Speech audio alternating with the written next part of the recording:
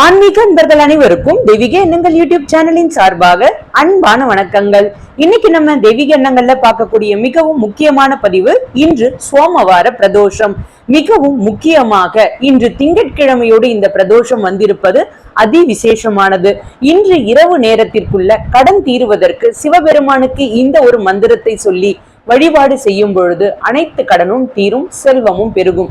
அந்த மந்திரம் என்ன, வழிபாடு எப்படி செய்ய வேண்டும், இதை பற்றிய ஒரு தெளிவான விளக்கத்தை இன்னைக்கு நம்ம இந்த பதிவுல பார்க்க போறோம். பதிவை தொடர்ந்து கடைசி வரைக்கும் பார்த்து பயன்பெறுங்கள்.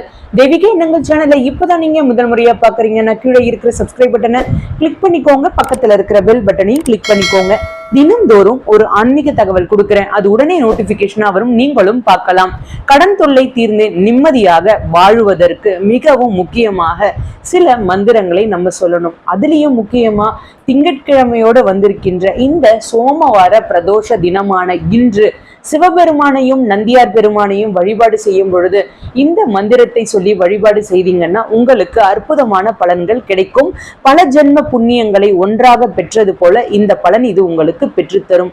வாழ்க்கையில நிறைய பேரு கடன்ல அவதிப்பட்டுக்கிட்டு இருப்பீங்க. இந்த மாதிரியான சூழ்நிலையிலிருந்து வெளிவருவதற்கு, கடனில் சிக்கி கொண்டவர்கள் அதிலிருந்து வெளியே வர முடியாம தினம் தினம் கஷ்டப்பட்டுக்கிட்டு இருப்பீங்க. இவர்களுக்கு எல்லாமே இந்த பதிவு மிகவும் முக்கியமான ஒரு பதிவாக இருக்கும். வருமானம் வருது ஆனா செலவு அதிகமாகுது, கடனும் அதிகமாகுது அப்படின்னு சொல்றவங்க கண்டிப்பாக இந்த பிரதோஷ நாள்ல வழிபாடு பண்ணுங்க. பொதுவாகவே மாலை நேரம் பிரதோஷ காலம் அப்படின்னு சொல்லுவோம். 4:30 மணிலிருந்து 6 மணி வரைக்கும் இருக்கின்ற இந்த இடைப்பட்ட காலத்துல பிரதோஷ நேரத்துல சிவபெருமானுக்கும் நந்தியார் பெருமானுக்கும் அபிஷேகங்கள், தீப தூப ஆரத்திகள் எல்லாமே சிவன் கோவில்கள்ல நடைபெறும். தவறாமல் அதுல மாலை நேரத்துல கலந்துக்கோங்க. நாளை பிரம்ம முகூர்த்த நேரத்திலையும் நீங்க எழுந்து பூஜை பண்ணலாம். பொதுவாகவே திங்கட்கிழமை அப்படின்னாலே சிவபெருமானுக்கு உரிய ஒரு நாள். இந்த நாளோடு சேர்ந்து பிரதோஷமும் வந்திருப்பது மிகவும் விசேஷம். நீங்க இந்த பூஜையை இரவு 7:30 மணிக்குள்ள முடிச்சிருங்க. இது வழிபாடு செய்யக்கூடிய மிகவும் அற்புதமான ஒரு நேரம். வீட்டுல சிவபெருமானுடைய படமோ லிங்கமோ இருந்தா எடுத்துக்கோங்க. சிவபெருமானுடைய படம் இருந்தா துடைத்து மஞ்சள் குங்குமம் வைத்து வாசனையான மலர்கள் வைத்து வழிபாடு பண்ணுங்க. லிங்கம் வைத்து வழிபாடு பண்றவங்க கண்டிப்பாக லிங்கத்திற்கு மஞ்சள் அபிஷேகம் செய்யுங்க. அபிஷேகங்கள் செய்யலாம், பசும்பால் அபிஷேகம் செய்யலாம். இப்படி நீங்க செய்யும் பொழுது உங்களுக்கு பலன்கள் அதிகமாக இருக்கும். சிவபெருமானை நினைத்து தீபம் ஏற்றுங்க. இந்த 2 விஷயங்களும் வீட்டில் இல்லை என்றால், படமோ விக்கிரகமோ லிங்கமோ இல்லை என்றால் சிவபெருமானை மனதார நினைத்து ஒரு தீபத்தை ஒண்ணு ஏத்துங்க. அதே நேரத்துல இன்றைய தினத்துல நீங்க வழிபாடு செய்யும் பொழுது அகல் விளக்குல நல்லெண்ணெய் ஊற்றி தீபம் ஏத்துங்க. சிவபெருமானுக்கு நெய்வேத்தியமாக பால் சாதம், தயிர் சாதம் ஏதாவது ஒன்று வைக்கலாம். திங்கட்கிழமையானது சந்திரனுக்கு உகந்த இந்த நாள்ல வெள்ளை நிறத்தை பயன்படுத்துங்க. சிவபெருமானுடைய வழிபாட்டிற்கு உகந்த நாள் இந்த திங்கட்கிழமை நாள். அதனால அனைவரும் தவறாமல் இந்த வழிபாட்டை செய்யலாம். முக்கியமா பாத்தீங்கன்னா கோவிலுக்கு அபிஷேக பொருட்கள் வாங்கி கொடுங்க, அலங்கார பொருட்கள் வாங்கி கொடுங்க. மல்லிகைப்பூ, வில்வம் மிகவும் முக்கியமானது. நந்தியார் பெருமானுக்கு அருகம்புல் வாங்கி கொடுங்க. தீபம் ஏற்றி வைத்து விட்டு, அதாவது 2 நல்லெண்ணெய் தீபம் கோவில்ல ஏத்துங்க. அந்த தீபத்தின் முன்பாக உட்கார்ந்துக்கோங்க.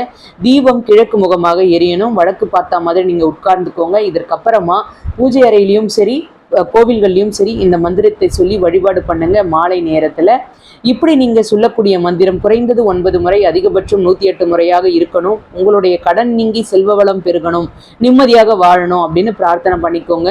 அந்த மந்திரம் என்னன்னா, ஓம் நமச்சிவாய வாழ்க நாதன் தாழ் வாழ்க, ஓம் நமச்சிவாய வாழ்க நாதன் தாழ் வாழ்க, ஓம் நமச்சிவாய வாழ்க நாதன் தாழ் வாழ்க. மனதார வேண்டிக்கோங்க. கற்பூர தீபாரதனை காட்டி பூஜையை முடிச்சுக்கோங்க. பிரதோஷம் விரதம் இருந்து வழிபாடு செய்யறவங்க மாலை நேரம் பிரதோஷ நேரம் வழிபாடு முடிஞ்சதுக்கு அப்புறமா உணவு எடுத்துக்கலாம். காலையிலிருந்து பால் பழம் சாப்பிட்டு விரதத்தை ஆரம்பிக்கலாம். பொதுவாகவே இந்த தேய்பிறை பிரதோஷ வழிபாடு அப்படின்றது நம்முடைய கஷ்டங்கள் நீங்கி இன்பத்தை தேடிக்கொள்வதற்காக இருக்கக்கூடிய ஒரு வழிபாட்டு முறை. அதுலேயும் மிகவும் முக்கியமா சிவனுக்கு உகந்த இந்த நாள்ல வர்றது சிவப்பிரதோஷம், சோமவார பிரதோஷம் அதி விசேஷமானது. இன்றைய தினத்தை யாரும் தவற விட்டுடாதீங்க. வேலைக்கு போனாலும் மாலை நேரத்துல கோவிலுக்கு சென்று சிவபெருமானை தரிசனம் செய்யுங்க. கோவில்ல அபிஷேகத்துல கலந்துக்கிறவங்க, தீபதூப ஆரத்திகள் பார்க்கறவங்க திரை போட்டு இருக்கும் போது கோவிலை சுற்றி வலம் வராதீர்கள். திரை போடும் பொழுது கோவிலை சுற்றி வரக்கூடாது. முக்கியமா சோமசுக்த பிரதட்சணம் நாளைக்கு இந்த பிரதோஷ வேலையில பண்ணுங்க.